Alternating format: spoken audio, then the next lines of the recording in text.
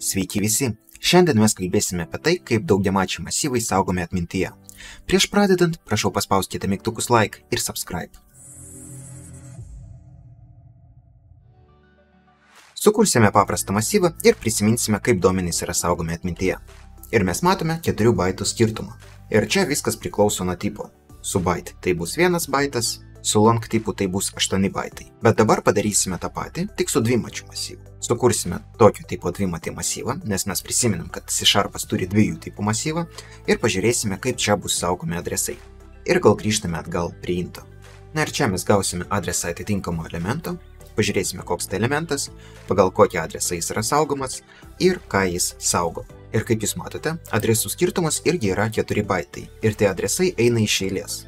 Tai nors ir atrodo, kad tai pas mus yra dvimatis masyvas, iš tikrųjų tai yra vienmatis masyvas, kuris tik turi specifinį būdą tam, kad atrodytų, kad tai yra 2D masyvas. O visi elementai yra saugomi iš eilės. Tai mes viską galim išvesti ir tokiu būdu. Ir pažiūrėsime, ką gausime. Tai jeigu mes to 2D masyvo adresą išsaugosim į pointerį, tai mes galim praeiti pro tą masyvą kaip pro paprastą vienmatį masyvą, nes jis iš tikrųjų viską taip ir saugo. Bet jeigu pas mus bus truputį kitoks 2D masyvas, tai mes jau negalim taip užrašyti visko.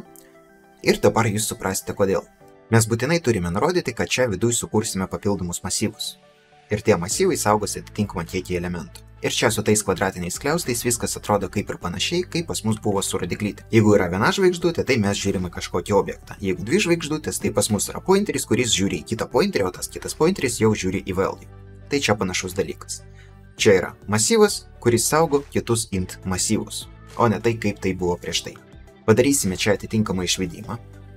Jau kita sintaksė pas mus bus ir paleidus adresai neina jau iš eilės. Tai čia C0, C4 ir po to eina E0, E4. Adresai vidinio masyvų eina iš eilės, o išoriniai masyvai ne, nes tai yra skirtingi masyvai.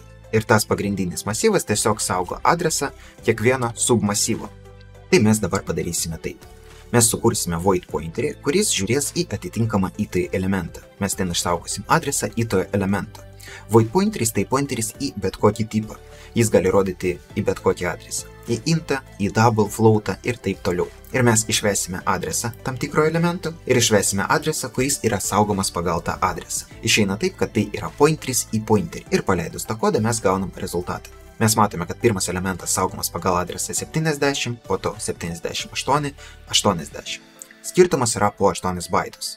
Nes 64 bitų sistemoje adresai užima 8 baitus. Jeigu pas mus sistema 32 bitų, tai adresai užima atitinkamai 4 baitus. Ir matome, kokius adresus saugo kiekvienas elementas.